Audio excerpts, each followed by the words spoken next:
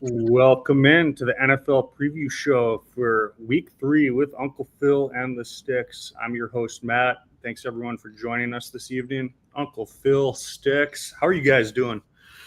Did you just call him the Sticks? It's kind of like the Ohio State. Is that what you did? Yeah, it's right. Sticks. Yeah, that's good, Matt. I like that. Man, that's awesome. He just elevated him, man. That's awesome. Yes. It is fantastic. I love that. Man, I'm doing good, man. Excited about this week. This is always a fun week because this is a week where the books come home to roost. And this is a week where I typically do very well because I typically try to find myself aligned with the books and certainly do well. This past week, I broke even, but favorites went 10-6 after first week. Again, it was 8-8 against the spread. As far as what the NFL did this past weekend, the NFL went 10-6 as far as the favorites. You can expect a hard, and then everybody's survivor pick is still good because all the big teams, the main teams, won all their plays. So this should be a fun week. I'm excited about it. I think it could be a bad week for the public, but that means a good week for me. Sticks, what do you think about everything? Week 2, week 3, any thoughts? Yeah, I mean, I had a few surprises last week. Looking to take that information and put it to good use this week. Yeah, no doubt about it. Well, man, let's get into it. I'll take Matt off stage for now, and let's you and I just chop it up, man. Sounds great. Well, let's get right into it. First game we got this week, I got Dolphins at Bills. Yep. The Fins, they still stink. Bills are 2-0, coming off a good win at the Jets. Jets look like a much different team than when they played my Steelers. I don't know what that means. Yep. My guess for this one, Phil, I got the Bills laying 9. Laying 9. I've got the Bills laying 13.5, and I got a total of 48.5. Yeah, I don't like these big spreads. You're very, very close. The Bills, the actual is minus 12.5. Our total is 49.5. 49.5, so pretty close. Yeah, I overshot the side by a point. I'm just not surprised because the Dolphins have just looked unredeemable, right? And the Bills have just, really, kicked it in the fourth quarter against the Ravens, took them down, and then that led to a steamrolling of the New York Jets. So I'm not totally surprised about that one at all. Any thoughts about this one? I mean, the Miami's 0-2 against the spread. They've had one total go under, one total go over. Buffalo has checked the mark both over the spread and one over the total, where the Jets went under the total. So the only real trend is that the Dolphins lose against the spread and the Bills strongly win against the spread. The fact is, does that continue, or is the public being set up for slaughter? I don't think they're being set up for slaughter. I think I'm a simple guy, but I think the Dolphins have some systemic problems. Tua is still a talented guy, but they're a mess from top to bottom. And the Bills, Josh Allen, he's got a broken nose, but he's never lost on Thursday night. So no, he's going to be in. Go ahead. I interrupted you. No, I was just going to say I think the Bills come in. Definitely take it. No doubt about that. But just like with the game we had last week, those spreads, once they get over 11, 12, it's the NFL. So that one's hard for me. Especially the division game. Right. That's right. But the Bills are at home, and it's good that the Dolphins are coming up there in September and not December. it might give them a little bit of help, but it ain't going to be enough. Yeah, it's going to be tough sledding. But to your point, 12.5 is a lot, especially a divisional matchup. So that would be interesting. Good news for Miami linebacker Chop Robinson, who went down in the fourth quarter of the last game with a left knee, jogged off the field. Looks like he is going to play tomorrow night. Bills, unfortunately, not so lucky. Matt Milano suffered a pectoral injury in the first half. He is definitely out of this game. Ed Oliver, who just wreaked havoc in the Ravens game, with his ankle still out for this game as well. So, look, going to be an interesting deal. I thought it was interesting that Miami, in their last game against New England, they had 16 first downs, which is not unusual. But the unusual part was 15 of them were by passing. They cannot run the ball. Again, you don't have the offensive line. It's a problem. A lot of people are saying that Mike McDaniel, being a long week with extra rest coming up, that if he doesn't win this game or have a good showing, or if he gets blown out, he's going to get blown out. And he's going to be our first casualty. Reporters already asking him questions about, hey, your job security, and he's given the answer like, hey, if I worry about that, then my job's, I'm certainly going to lose my job, but I need to focus on what I can control. So he's certainly doing that. We'll see. Again, this is, I always love these games where there's absolutely no way that one team can win and absolutely no way that one team can lose, because that's what happens. And this is the funny stuff that happens on week 3. This is prime candidate number 1. And I feel like the public's about to get their knees whacked off. And I don't know how. I just know that Buffalo is slow on the back end of their defense. Their safeties, cornerback, they're really slow. Miami's got some speedsters. Jalen Waddle's questionable, but that's where Miami actually excels, is on taking the top off the defenses. So if they can buy to a little bit of time, then it's a possibility. We'll see. Any final words before we move on from that? No, that's good info, Phil. I think you might be on the right track with that. The total's a little higher, so you might have something there. Well, see, I think that's the opportunity. In these Thursday night games, you see a laundry list of people that are questionable, and it's just the NFL, right? And you don't get time. You don't get the time to heal. So especially that hurts the defenses. And so they're a step slower, and you typically get a high-scoring game. And also, from weeks 1 through 8, there's not as much difference in the short rest between the team that's the road team coming in, because they're really not tired yet. So it's from weeks 9 on that you see a bigger disparity as far as advantage. You can add another point on at least for the home team because of that advantage, because of that rest being at home. Short rest doesn't affect teams at the front end. So this is an opportunity. Miami gets to play Bills at Buffalo, not in December, which, the death knell for Miami, right? They're just not playing. It's like north of Georgia, it's cold to Miami, so they're not playing. So they get to play them in an optimal time of the year, and a time where everybody's giving up on them. So it'll be interesting to see.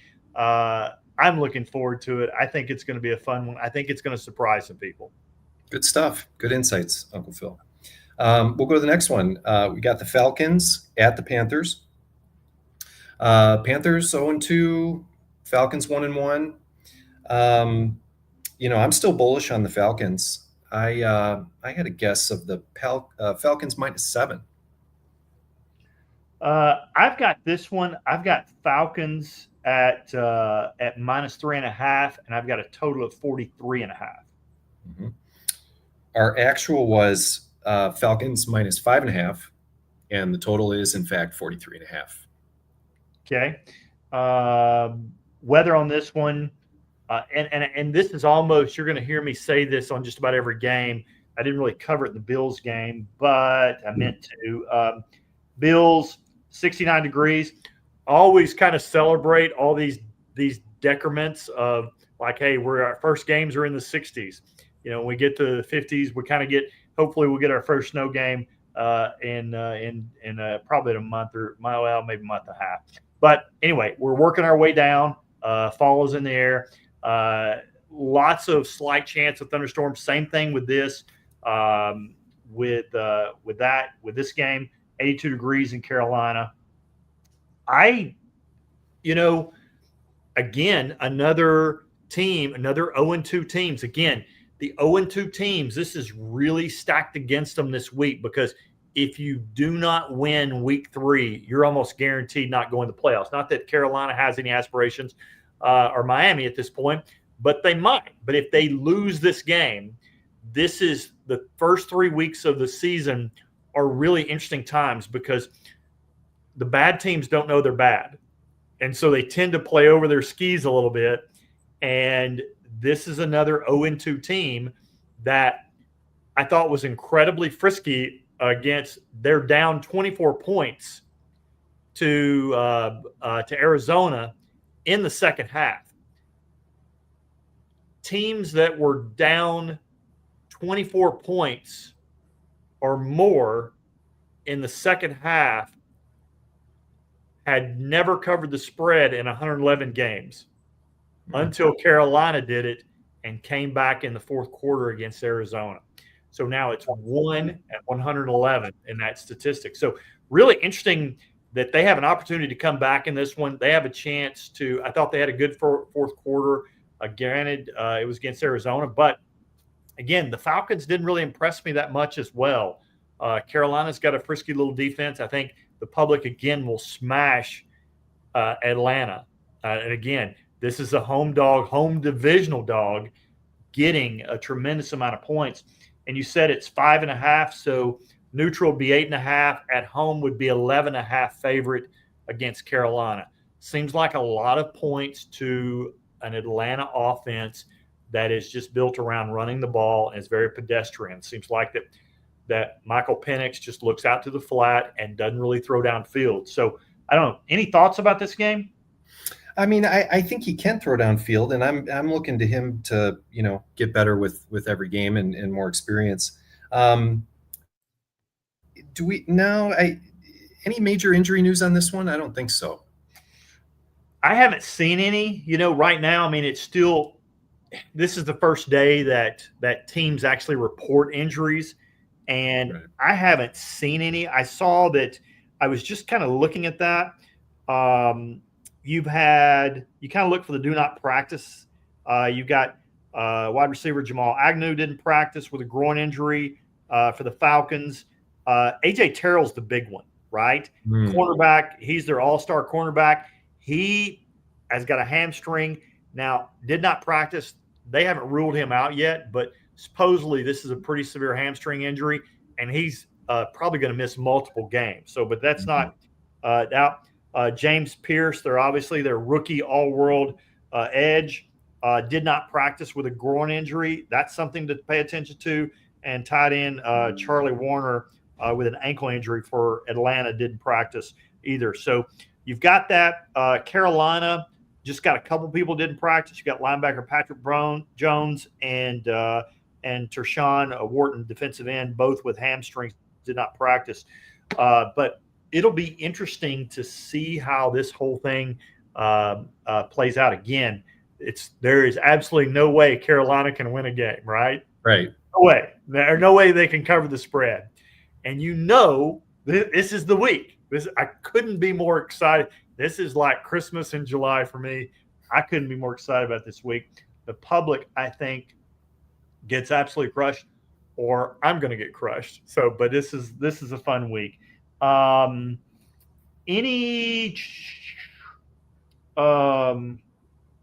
Let's see.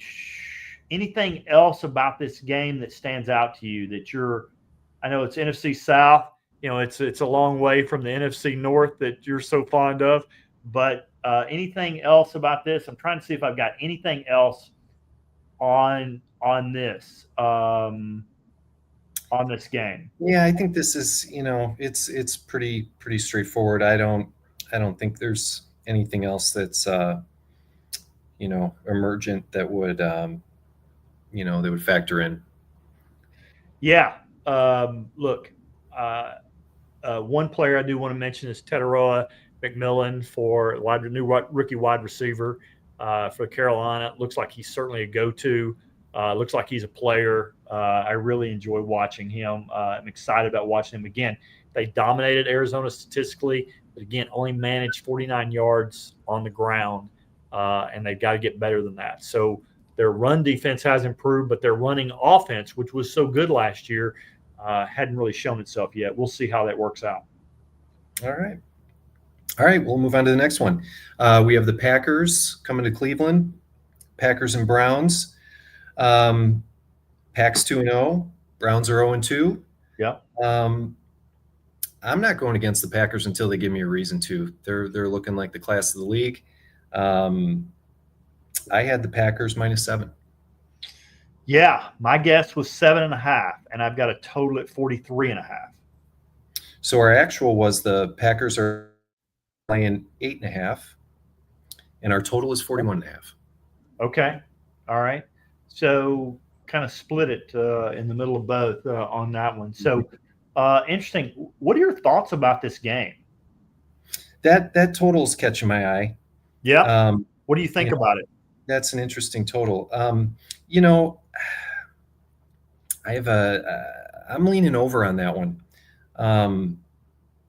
The Browns can surprise you sometimes, and watching Green Bay's last game, starting off, I was like, I don't know if Jordan Love is maybe a little overrated. As the game went on, I mean, that guy is just good. He is good. So, they're looking good on offense. They're looking good on defense. I think the Pack's going to roll into the dog pound, and they're not going to have any problem with this one. Really interesting. I think this is an interesting matchup. Another 0-2 team, which there are plenty of this week. Seems to be not that Cleveland has playoff aspirations as well, but again, I don't think Cleveland knows they're bad yet. They still believe a lot of the hype. And you could look at it, hey, play or two there, they just got beat at home by Cincinnati 17-16, probably should have won that game. They missed field goal, missed, some bad interceptions that shouldn't have been interceptions, dropped off the receiver's ball. Really, statistically against the Ravens, the game looked really lopsided, but statistically, they hung in there with the Ravens. Statistically, you just didn't see that on the scoreboard. So I think the public's obviously going to look at that and say, Cleveland sucks again. They're terrible. And I will be interested in this one. You mentioned something great about Green Bay, about Jordan Love. He is phenomenal. Of course, that's not a newsflash. But what makes him so dangerous this year is that he doesn't have to have the pressure of carrying the entire team, because that defense is going to hold people in check. So it allows him to sling it down the field and go for it and stop playing conservatively. His offensive line looks really good. That offensive line is certainly going to be tested this week with Myles Garrett. It'll be interesting to see how this is. You think this game might go over on this one? I think it could. Jordan Love. See what is really making me feel like he's the real deal. I know they're deep at receiver, but he had maybe his best weapon go down. Other guys are stepping up. He's finding them, and they're still making it work. So I like the savviness of him, and I think he'll put some points up, and I think the Browns will, like you said, I think they'll stick around a little bit. Yeah, could be interesting. Look, of note in that regard, that both these teams have played 4 games combined. Of course, 3 out of the 4 games have gone under the total in this game. So we'll see if that actually continues to happen again. Both teams really signatures defense. Of course, Green Bay had a terrible injury with Jaden Reed, broke his collarbone last game, but also is kind of getting a twofer, one in the surgery department because also has a Liz Frank injury on his foot. So he's having foot surgery and a collarbone to fix his clavicle as well. So that'll be interesting to see how that plays out. But I like your I like what you're thinking. I just one thing of note that I'd written down that I think is important to put is that Cleveland held Cincinnati to 141 total yards and only 7 yards in the entire second half. And in the fourth quarter was negative yards. And then this past week, they held Derrick Henry to 23 yards on 11 carries. That's impressive. Yeah.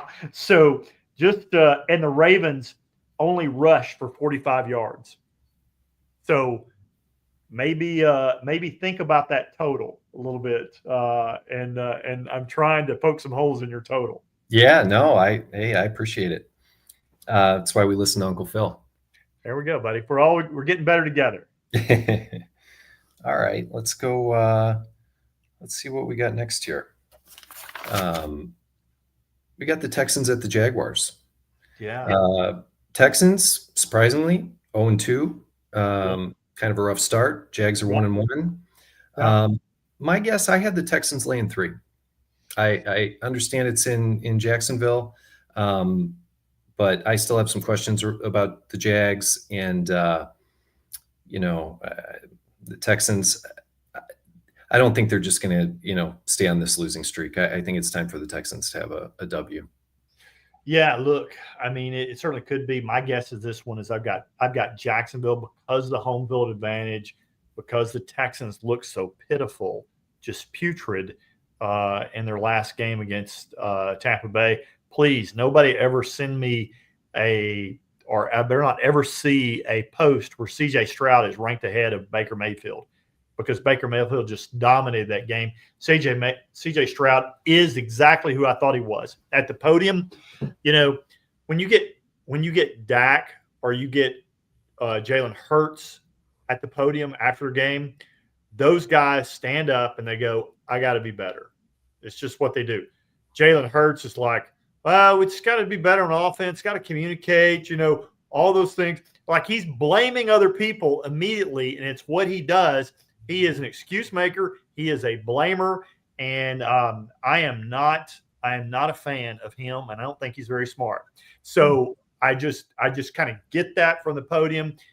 He's not my guy, but it's an 0-2 team, so they're dangerous this week. They are a live dog. So again, I've got -2.5, and I've got a total of 45. So our actual is the Jaguars laying 1.5, and our total is 44.5. Okay, so kind of right there, pretty close. So also from weather standpoint, 81, 43% chance of thunderstorms. Again, that's going to be a resonating theme almost every single game except in New England this week. There's chance of thunderstorms.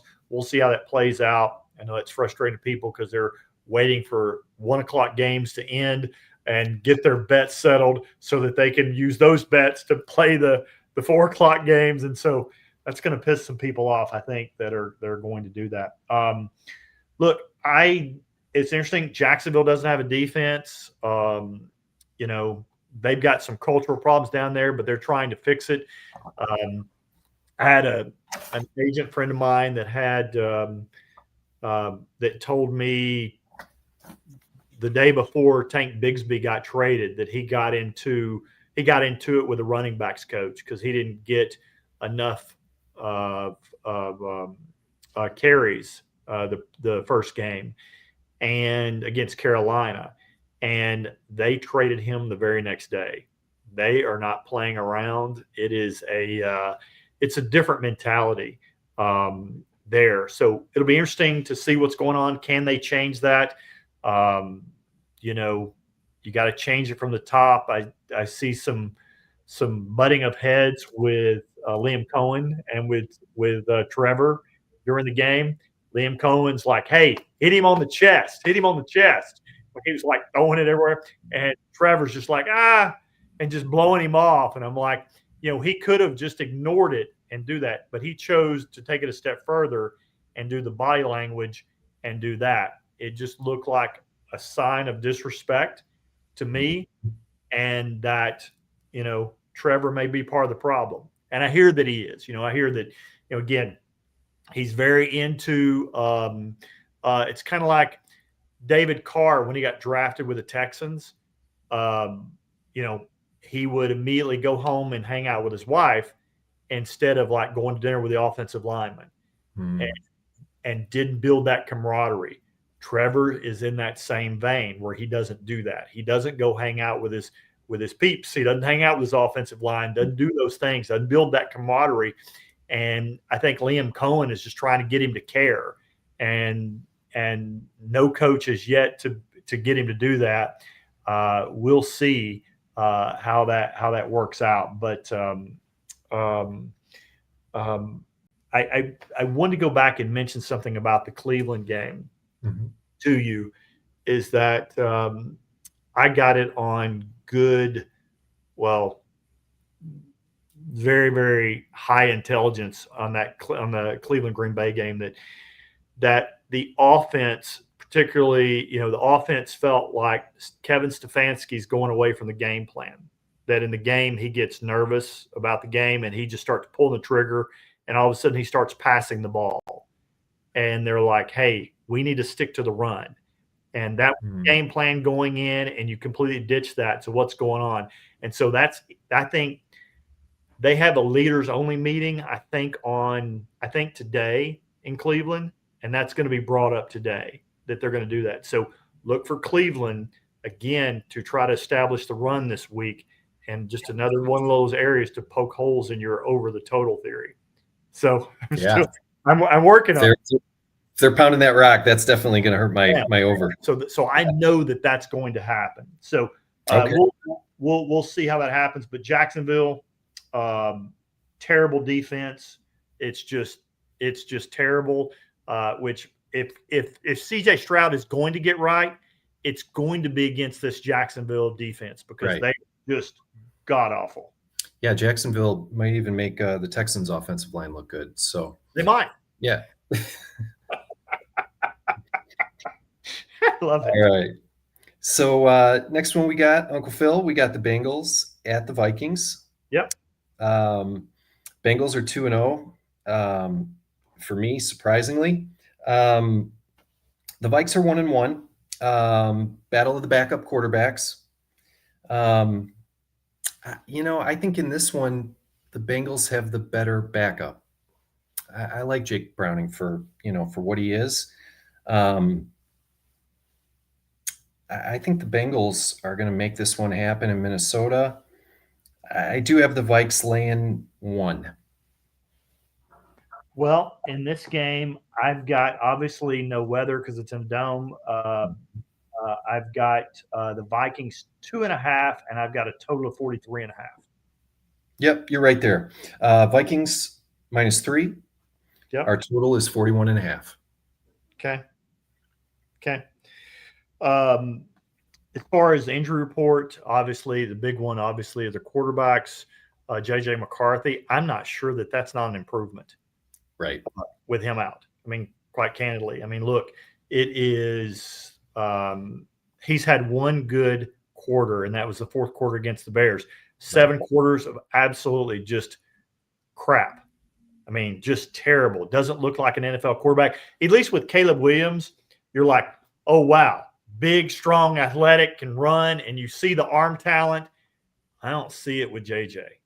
I don't see it. I mean, it looks square peg, round hole. It's what you get with quarterbacks that, it's like the Alabama quarterbacks that, don't do as well in the pros because they're surrounded by so much talent in college that you just don't know if it's real.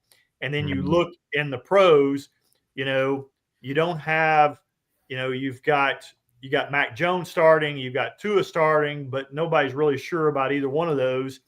And then, your quarterbacks, Joe Flacco's from Delaware, Josh Allen's from Wyoming. You've got all these quarterbacks, Jordan Love's from Utah State. You've got all these quarterbacks that had to kind of carry that load that that are just different. And so that's the knock against J.J. McCarthy, right? They were such Jim Harbaugh, one of the best coaches ever, college or pro, and had built a squad there at Minnesota. And like he's doing at the Chargers this year, again, had this great team around him, and all they had to do was run the ball. So I'm not sure that Minnesota's not an improvement. I saw a stat the other day that there is a 2-point differential between J.J. McCarthy and his backup, but I'm not sure that there is. I mean, it'll be interesting to see how this. I'm with you. I like Jake Browning a lot. Certainly, he showed a lot. I mean, Joe Burrow. I mean, he statistically was far better than Joe Burrow last game. I mean, and Joe Burrow is an all-world talent, but Joe Burrow, I just don't think is built to play behind this offensive line. Jake Browning at least has enough sense to throw the ball away and live to play another day, where Joe Burrow will just stay in there and just absolutely just get crucified. He's too tough for his own good. He is too tough for his own good. One big injury news for Cincinnati is that Shamar Stewart, defensive end, got to have him to make an impact. He's questionable. He got injured in the fourth quarter, did not return. He's a high ankle sprain too, right? It is. Yeah. It is. And he did not practice today. So that's something to certainly be looking at, how that's going to be playing out. So obviously, again, with Minnesota, their offensive tackle, Justin, I cannot pronounce his last name. It's Skule. I don't remember how to exactly spell it, or how to pronounce it. But he had a concussion in the last game, so he's out. Probably is not going to play for this game. So that leans more towards your Cincinnati pick as well. Mm-hmm. We will see how this one goes. I mean, again, Joe Burrow was 7 of 13 for 76 yards, 1 TD. Jake Browning was 21 for 32 with 2 TDs, but also 3 interceptions. So you get kind of the good with the bad. So are you looking at anything with this one as far as – I know you kind of mentioned the side you like, or do you like the totals? Kind of feels like, maybe some backups, maybe throw some interceptions, maybe get some cheap scores. Yeah, I mean, also too, I'm not feeling as strongly about the Vikings defense, as I did, let's say, through every game last season except that last game against the Lions. They're good, but something's missing there for me. I don't like the total in this one. I just like the Bengals to come away with it. Yeah, we'll see. I mean, looks like Darisaw is going to be back this weekend at a full practice today. Andrew Van Ginkel was out last week, but with a concussion, had limited practice today. So that's something to watch, see if he's going to be playing or not on defense. We'll see how that goes. Mm-hmm. Okay, let's go to the next one. Oh, we got a good one here. Come on. We got a real good one here. There you go. We got the Pittsburgh Steelers going up to Foxborough, playing the Patriots. I had my Steelers -3. My guess is I have got New England -1, and I've got a total of 45. So the actual here is the Steelers -1.5, and our total 44.5. Interesting. So playing that out, the Steelers would be 4.5 on neutral field, 7.5 at home with that line. Sounds a little rich to me. Sounds rich. It does. It sounds rich. Man, what's going on with the Pittsburgh defense? That's for me. And again, there's no weather on this one. 67 clear, 6 miles an hour. It's the only place besides the Dome where there's no winds, no weather this week. Yeah, I mean, Highsmith hasn't been looking great this year. Cam hasn't been looking great. Just kind of a slow start for them. And then, deep offensive lines, they're putting, 2-3 guys on TJ. Yep.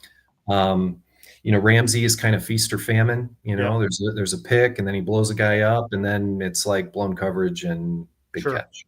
Sure. But I attribute a lot of this. It's just, the last game especially, in my opinion, coaching issues that we had last year, and they just waited too long to do anything about it. And surprisingly, it's all defensive stuff. I think our offense will be okay. But Tomlin came out and said it's going to change. So I expect some different looks this week. Historically, Steelers don't play great in Foxborough. But I like them here. I don't think, while I am a fan of Drake May, I don't think they have it all together to a point where they're going to knock off the Steelers this week. I like the Steelers to cover. Steelers have the most expensive defense in the entire NFL, giving up 31.5 points a game to the Seahawks and the Jets, not necessarily known for their offensive prowess, which is concerning. That's 29th in the NFL. Rushing yards per game, 28th in the NFL. Passing yards per game, 23rd in the NFL. Yards per play given up, 29th in the NFL. Points per game, 29th in the NFL. We just talked about that. Really, Seattle had a really good game plan. I expect other teams to kind of mimic it. They really focused in on running away from TJ Watt, wherever he lined up, which he lined up out of 103 snaps on defense, 99 of his snaps have been lined up left of center. So it's really just run to the right. And you will run away from him.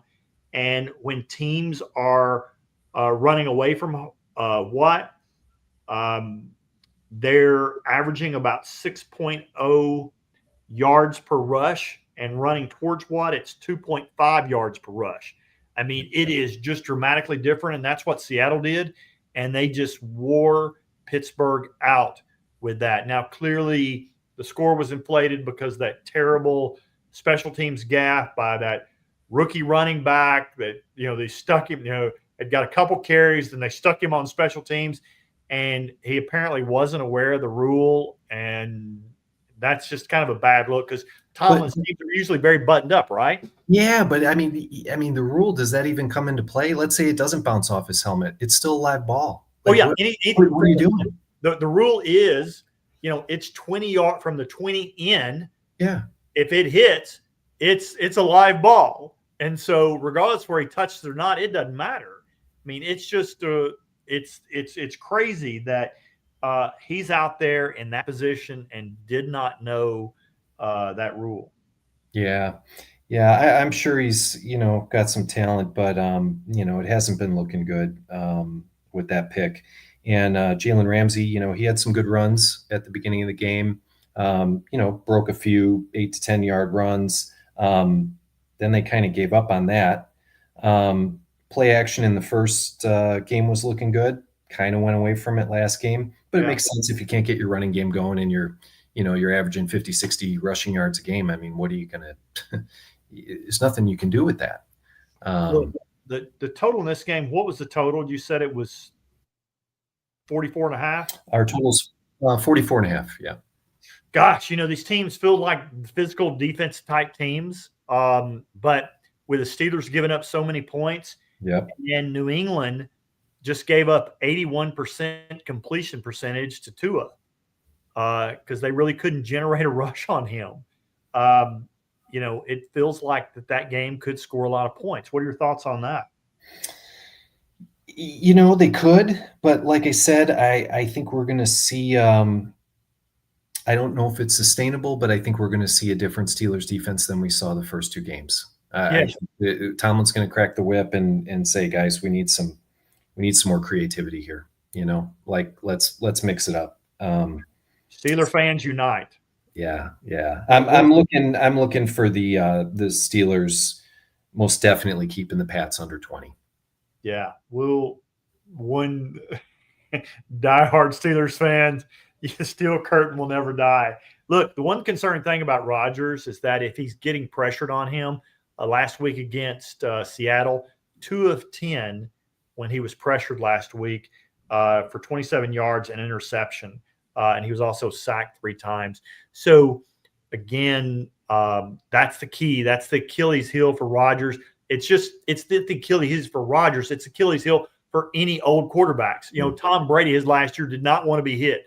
Aaron Rodgers, they do not want to be hit. They're not hanging in there, not doing Joe Burrow, and they're not going to die on that hill. They're like, I've died on too many hills. I'm throwing it away. It's just the question is can New England get pressure? If New England can get pressure, if you kind of watch that first series, if New England can actually get pressure, could be a long day for Steelers. However, if New England can't get pressure, there's nobody that's going to pick them apart more than Aaron Rodgers because, man, I've never seen a quarterback. He's probably the best arm talent we've ever seen in football. With just a flick of his wrist, can absolutely just sling it. He can spin it. Yeah, yeah, and I like the defense to complement that, and at least 1 or 2 sacks out of TJ and Herbig this week. At least. Can you tell what my favorite team is? We'll let that be the last part. All right. What's our next one, Uncle Phil? We got the Rams going to Philly. Yeah. Yeah. Both teams 2-0. Both teams undefeated. I had the Eagles -2.5. I've got Philly -3.5, and I've got a total of 45. Yeah, you're right there. The Eagles are, in fact, favored by 3.5, and our total is 44.5. Okay. So interesting. What are your impressions of both teams so far? Yeah, I mean, the only thing that's really surprising to me about the Eagles is the pass game, I would say, but everything else is working well. So I don't fix what's not broken. But just hearing a lot about AJ not getting the ball, and I'm looking forward to if that's going to change or what exactly is going on with that. I thought going into the season, Stafford was a real question mark, but he's doing okay. Their D is good. The Rams came back and they're solid again this year. So I think this is going to be a great game. Eagles squeak it out. Yeah, really, it could be really interesting to see how this game plays out. I mean, clearly, is this the game of the week? I mean, clearly we have Detroit and the Ravens later on in a primetime game. I think it's Monday night game. That's right. Yeah. And so, but these are 2-0 teams. This feels like the game of the week, right? Yeah. Okay. Look, interesting deal with the Eagles are 18-1 in their last 19 games. And just a big win off Kansas City, but Kelsey dropped the ball a couple times in that game. And I feel like this is not the same Kansas City team. It's like, this is a really good week to go back and reflect and look at who teams have beaten. Like, we're coming to the Cardinals, for instance. They've beaten Carolina and they've beaten New Orleans and squeaked by kind of on both. And it feels like that they may not be as good as their record indicates. And so I'm not saying Kansas City's a bad team, but I don't think Kansas City's like they have been in the past. I don't think they're going to be who they're going to be like once they get Xavier Worthy back, once they get Rashee Rice back. They're going to have the offense is going to look different. I think Mahomes carried it 13 times this past game because he feels like he's got to do so much. The Eagles' offense looks very pedestrian to me. This should be an interesting game. Of course, the Rams, the only team that really challenged them throughout the entire playoffs last year and could have beaten them. Right. Everybody else was just got blown out. So look, this is a fun game. I'm looking forward to seeing it. 3.5 feels a half point rich to me for this game, and the 44.5. The Eagles want to run the ball. I don't know what Sean McVay will do, but I don't know. Total feels probably about right to me. I think the total's right on. I do. The actual total, I think you're 100% right on that one, Phil. But again, waiting for AJ to have a breakout game, and that opening it up even more for Barkley. So looking for them to expand on some different sets there. Yep. I'm not going to do anything with the total because I think it's going to be right there, but it could be a point either way. I'm sticking with the Eagles to pull one off at home in Philly. I think the public agrees with you. All right, let's go to the next one. Jets at Bucks. We got the Jets going down to Tampa Bay. Jets 0-2. Looked pretty bad against the Bills, but they are the Bills. And the Bucks pulled one out last minute, that last drive with Baker. Oh man, is he game or what? I'm just glad that guy found a home. He's really talented. I would say elite. I had the Bucks laying 8.5. And just think that Cleveland traded him away and got Deshaun Watson. We all make mistakes, Uncle Phil. That was a pretty big one, right? That was a whopper. A gift that keeps giving. I've got this game. I have got, again, 40% chance thunderstorms. 7 miles an hour wind, not a big deal. I've got this one $6.5, and I've got 46.5 as a total. So our actual is Bucks -7, and our total is 43.5. Interesting. So I'm way over on the total. No Fields. Fields is out this game. Yeah, and again, I don't hate Tyrod Taylor. I really like Tyrod Taylor. I think Tyrod Taylor can absolutely sling it. I thought that he came in and did a decent job. And Fields, Tyrod Taylor replaced Fields with 12:03 remaining in the game, and Fields was only 3 of 11 for 27 yards and had 49 yards. So I don't know that that's a huge downgrade to get Tyrod Taylor in there. So again, another 0-2 team facing a 2-0 team that absolutely cannot positively win. The other one absolutely positively cannot lose. It'll be interesting. I will see, what the public is on. I can't even imagine if there's not, 80+% got to be on the Bucks because, again, Baker is again one of these gravitational. He's kind of like Baker's like Elon Musk and Alex Karp with Palantir, and these are unbelievably rock star CEOs. And I don't care what the valuation is; it gets sold off. The shorts just get rolled over because these guys, these quarterbacks, the retail, the public just loves the companies. They love the concept. They love, hey, what it could be, this revolutionary, this transformational company. And I think they feel that way about Baker. He's the rock star. And so you're going to have, I bet you have a tremendous amount of public money on this game on Baker.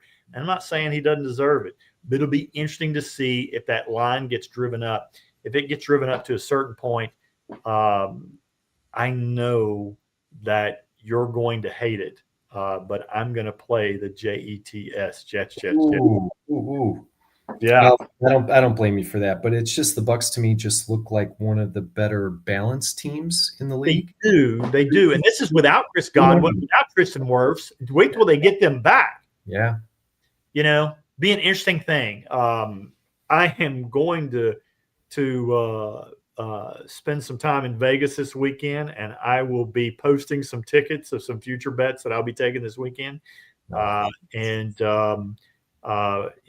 Things could fall right with a couple teams that have got some really, really juicy Super Bowl odds that I'll be laying some tickets on. All right. Next one, we got a theme here: the 2-0 and 0-2. We got the Colts going to Tennessee to play the Titans. I had the Colts -6. They score every time they get the ball. They are literally they're the first team in the Super Bowl era to have no punts in their first two games. And so, yes, and this is exactly if you guys listen to my NFL preview to start the year, I did it with the Frickser. He and I broke down every single division, every single team, and did this. And my surprise team this year was Indianapolis. And I said, Daniel Jones is going to look like a different guy under Shane Steichen because he is the quarterback whisperer. And I knew he would. I knew it. And I didn't think Houston was going to be this bad because I actually had Houston finishing first and Indianapolis second, but it's going to be opposite way around. Indianapolis is going to win this. They've always had the roster. They had the coach. They've got the GM. Jim Irsay, God rest his soul, was always a little bit eccentric. And his daughter, who's taken over the teams, down now, she's on the sidelines with the headphones on, and she's listening to every play, and she's taking notes. And I'm like, what is going on here? But at least Irsay didn't do that. But regardless, still, Chris Ballard, GM, A+. Shane Steichen is a solid A coach. You just haven't seen it because he's been handcuffed with the quarterbacks he has. Daniel Jones, a guy who would fade away on his back foot and throw interceptions when pressured, is hanging in on third downs and staring down and putting it right in the numbers to these wide receivers. Super impressive. So happy for him that he has turned it around, and at least right now, massive win over the Broncos last weekend. Huge. And that'll probably serve them well. But they're a team quietly under the radar that is making some noise. I think they're legitimate. But again, John, there's no way that this 2-0 team can be beaten by the Titans, and there's no way the Titans at 0-2 can beat anybody, right? Well, I don't know. I'm putting the Colts in the same bucket as the Packers, where I'm not counting them out until they give me a reason. So that's why I was a couple over the actual. Did I give you the actual on that one yet? No, we skipped right over that. We went right to the good. I'm sorry about that. The actuals, the Colts -4.5. Our total is 43.5. I don't see the Colts having a problem with that line. Okay, my guess was 4.5 and 43.5 on this one. Right on the money. Yeah, so really close. I mean, kind of the way I saw this one. Again, 31% chance of thunderstorms, 84 degrees in Tennessee. Love Nashville, one of my favorite places. Should be a really interesting game. I love what I'm seeing from Cam Ward. It just didn't have enough help. They don't have enough dudes to do this. And, you just kind of feel like that, Cam Ward's there. Jeffrey Simmons is there. I don't know this is the matchup. How much I love 0-2 teams. I don't know that I love this one. Yeah. The Titans are in their past 9 games at home are 0-9 against the spread. So again, that a lot of that predates Cam Ward, but some of it doesn't. And there's a lot to do there in Tennessee, and I'm not sure it can be done this quick. Right. I'm with you. I think Cam's going to have a great career, but yeah, it's not going to start this week. With you. All right. Our next one, Uncle Phil, we got the Raiders at the Commanders. Raiders 1-1. Commanders also 1-1. Jaden Daniels is questionable. After maybe the first first quarter into the second quarter of the Raiders' last game, they were questionable. I have the Commanders at -2. Okay, I've got this one. I've got Commanders -3.5, and that is contingent upon Jaden Daniels not playing. And I've got a total of 46.5. When this game originally opened, when the schedule came out, it was -6. Where is it today? Commanders are -3.5, and our total is 44.5. Okay, so I'm a little high on the total. Mm-hmm. Okay. How do you see this one playing out?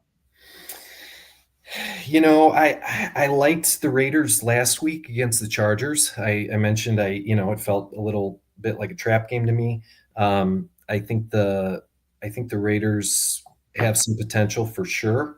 Yep. If Jaden Daniels is out, obviously I like the Raiders even more. First quarter they look great. Then after that, the Chargers just were too strong and wore them out. Can you really put good money on Geno after the way he looked on Monday? No. I mean, he looked like he didn't even look like he knew he was at a football game. I mean, it was just bizarre. And I just looked at the injury report while we're talking, and neither team has released an injury report for yet. We had to do it a little bit early today for both of ourselves, our conflicts for tonight. And so neither one of those injury reports are there. So we didn't even know if Jaden Daniels was a do not practice. Dan Quinn said he was not going to practice today. We'll see as that injury report goes on if he's going to be limited tomorrow. That's something, if you're looking at this game, if you're going to bet on it, which I certainly am not, because this just seems like a kind of a stay away game for me. But if you are, it's kind of like COVID. You kind of waited till Sunday to see who's actually was playing. Yeah. And this kind of feels like one of those games, particularly when it comes to Jaden Daniels, especially because he's kind of the straw that stirs the drink, right? So we'll see how that goes. But again, an interesting game that I'm looking forward to watching. I just don't think I'm betting it. Yeah. It's a long trip across the country for the Raiders. Their offensive line is still suspect, and on top of that, Genty was having a rough time too. He was getting crushed behind the line of scrimmage. So yeah, I'd still probably take the Raiders and the points on this one, but would you do anything with the total?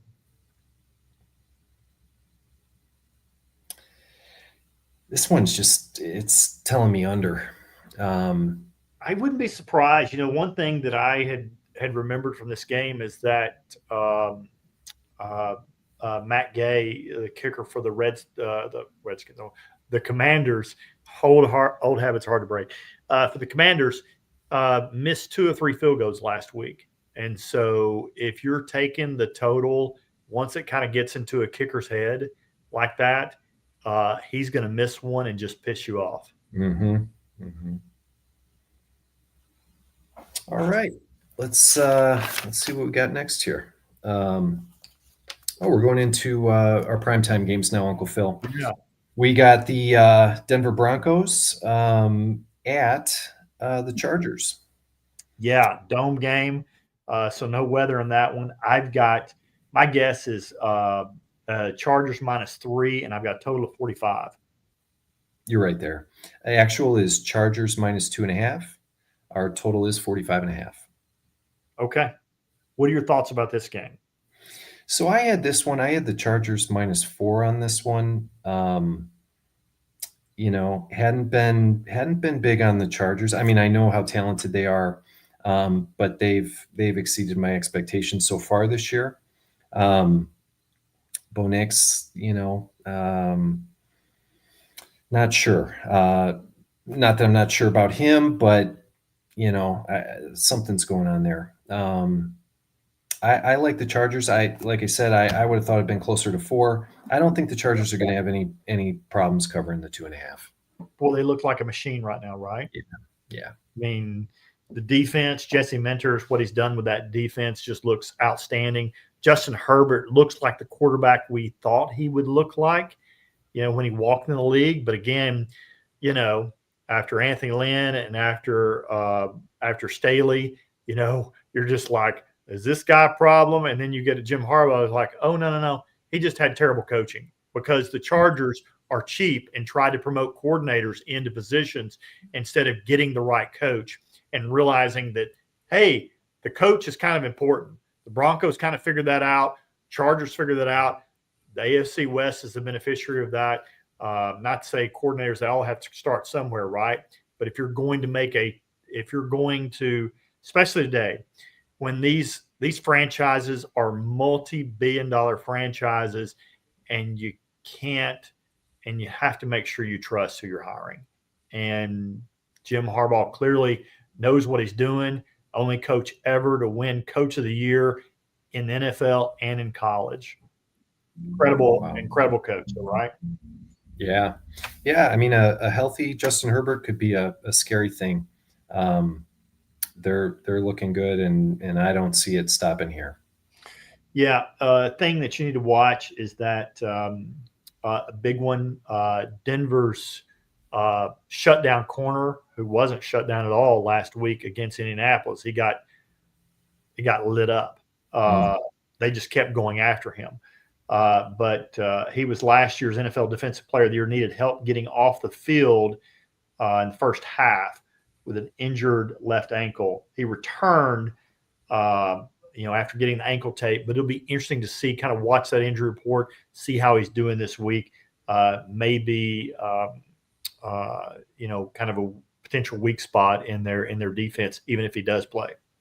Okay. Good info.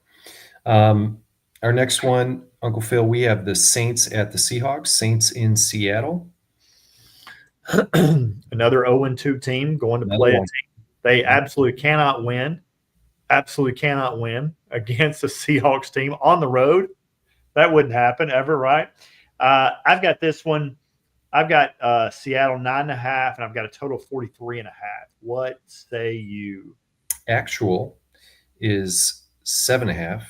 Okay. And the total is 41.5. Oh, okay. Overshot both on that one. Mm-hmm. Interesting. I guess I was hoping it would be a little bit higher.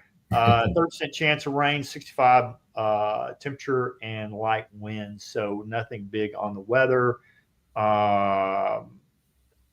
You watched Seattle this past week pretty closely when they played your Steelers. What were your impressions of Seattle? And again, I'm sure, you'll say, well, hey, it's, they're playing the Steelers, but yeah. I don't think the score reflected how well Seattle played. Right. I wasn't, if you look at that score, you go, wow, Seattle beat them up. There were a couple plays that went sideways for Pittsburgh, just goofy stuff that if it didn't happen, I think the Steelers would have been right there with them. Right. I'm still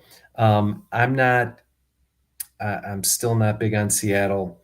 Darnold shows some flashes here and there. But Seahawks will win at home, but -7.5. I don't know. That might be a couple too many. New Orleans is frisky. I mean, They're playing hard right now. Again, they're a team that's bad, potentially the worst team in the NFL. Mm-hmm. But they don't know it yet, and so they're a little dangerous. But again, it would take a stiff drink for me to put good money on New Orleans this weekend. Yeah, I mean, they still don't have a quarterback that's won an NFL game. Yeah, it's very, very, very true. It's a great point. So we'll let that be the last word and let that marinate as we roll into the next game. Good one. Next one's a good one. Cowboys at Chicago. I think this will be a fun game to watch. Cowboys are 1-1. Bears are 0-2. I had the Cowboys -3. that was a little rich for me. I couldn't wrap my head around this, but I couldn't quite, say Chicago was going to be favored either. So I copped out and put it at a pick'em game, and then I put the total at 47.5. Yeah, the total's up there. Total's 50.5. Our actual line is the Cowboys laying 1.5. Interesting. Mm-hmm. Interesting. That's another 0-2 team who can't possibly win, against Dallas, who come off the miraculous win against the gift-wrapped interception from Russell Wilson. Thank you, the true Russell Wilson. Please stand up. Yeah. So thank you very much. So anyway, this is interesting. But as tough as Caleb's looked, we'll see. I certainly look for this to be a high-scoring game. Any advantage you see to this game on the side or the total? I see it on the side. The Bears on defense, they're pretty beat up. Okay. And Dax is looking good. Regardless of the problems that the Cowboys have had so far, I'm thinking they're gonna be okay. And the Bears, I believe, have bigger problems than we know about. So 1.5. I don't see any problem with the Cowboys covering that one. It'll be interesting to see how this one turns out. I was just looking at the injury report for the Cowboys. Their starting center, Cooper Beebe, has got a high ankle sprain, went on IR for 6 to 8 weeks. Having a starting center out is a big deal. Obviously, center sets section in the NFL, all that. We'll see if that causes some issue. But to your point, can Chicago actually take advantage of that? Do they have the team that's doing it? To your point, there may be some systemic issues there. If you look at the Bears injury report, I mean, it's 10 players. You look at the Cowboys, it's 4 players.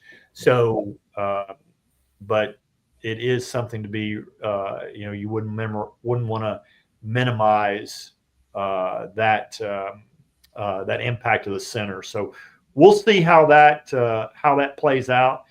But again, really tough to take the Bears, given,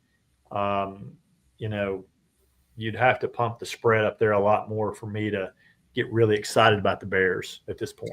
And also with the Bears, I just don't feel that Soldier Field is that big of an advantage for them. I don't know what the statistics are, but I feel like I watch them lose at home as much or more than on the road. So I think the Cowboys have a little bit of momentum. They came away with that W last week, and I think it's gonna carry over to this week, and they'll handle good. it. They had to go to overtime to beat the Giants by 3 points. The Giants are a mess. Russ had the game of his life, and it was 2 yards short of his career high in total yards, and so he did have that. But again, that's the defense that the Cowboys are putting out there. If they allowed Russell Wilson to do that, I want to ask if this could be a get right game for Caleb, but I don't know. I don't think it's going to be one game that's a get right for Caleb. No, and I'd argue that Caleb's in the prime of his career and has more physical gifts at the moment, but Russ is a savvy vet, and he can still pop off once in a while.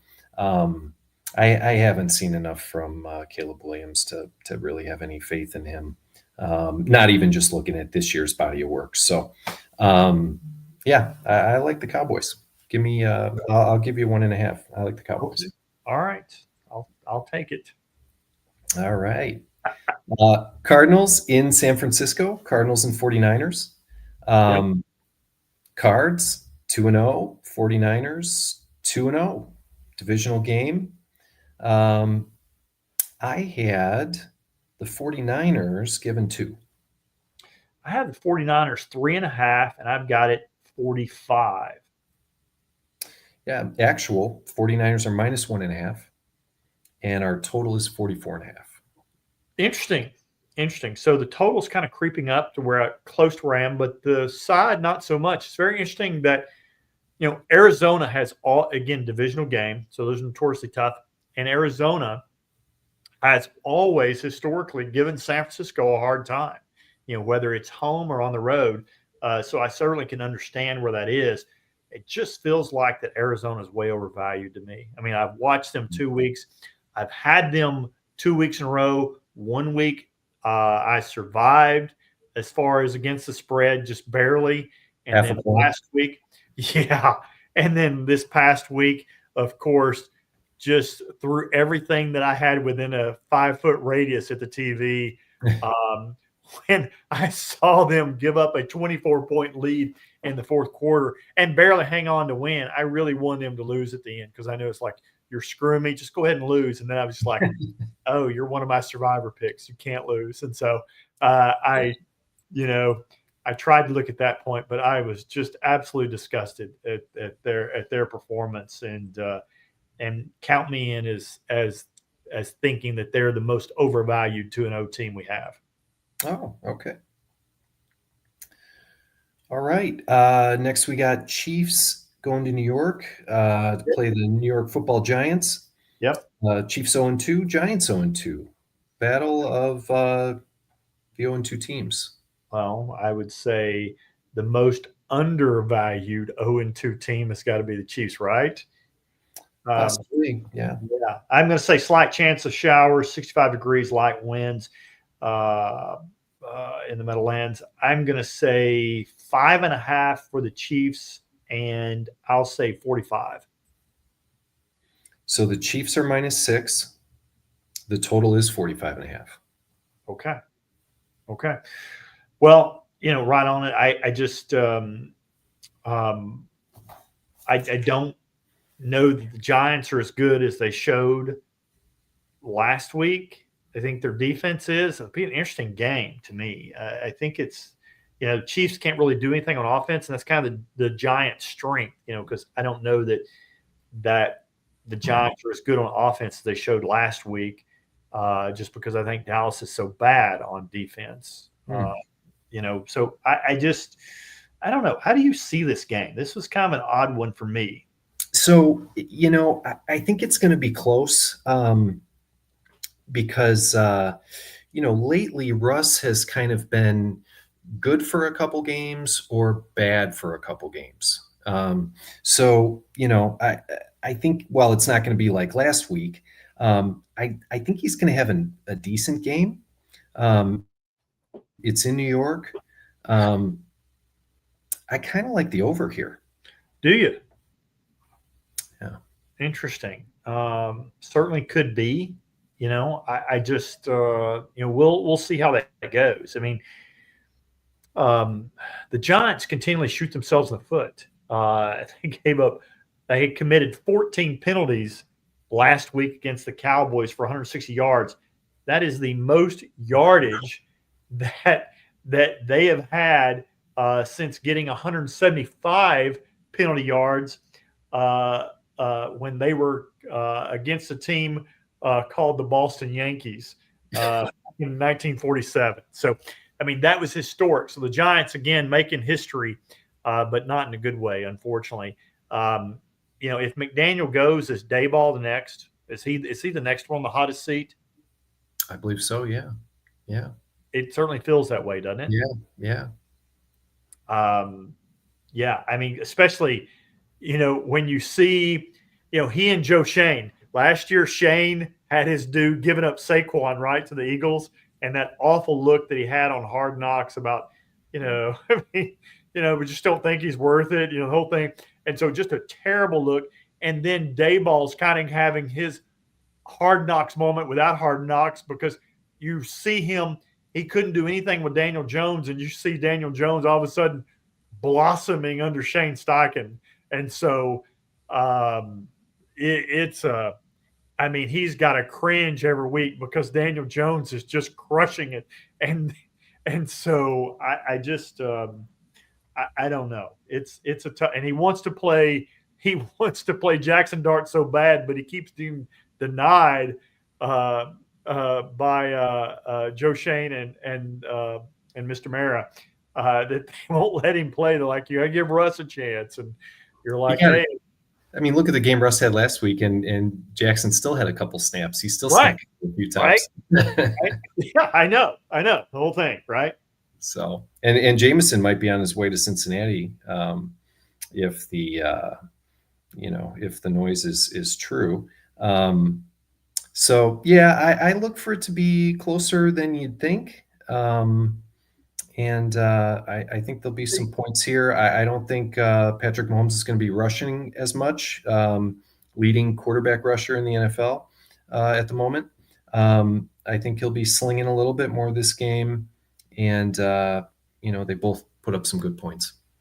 We'll see. We'll see how that turns out. I'll be, again, another intriguing matchup. I'm interested to see how teams actually match up. It's so you can tell me I'm nuts.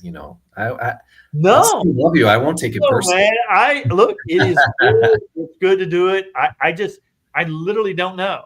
Don't know, and I just don't see Patrick Mahomes slinging all over the field because I don't know who he's going to sling it to. I don't think and that's why I think he's running so much of any quarterback right now because he realizes he doesn't trust anybody out there, and even his trusted true Kelsey keeps dropping the ball like he did last year. Maybe a slim down Kelsey. Slim down so he fits in that tux extra well. But at the same time, he's not catching the ball. He's still dropping it. So Mahomes is like, the freak, I've got to just do this all myself. And so where do I go? Running. And so I don't share your optimism that he's going to sling it all over the field. But he might, because Dallas certainly did. And certainly the Giants give you opportunities if the offensive line can do it.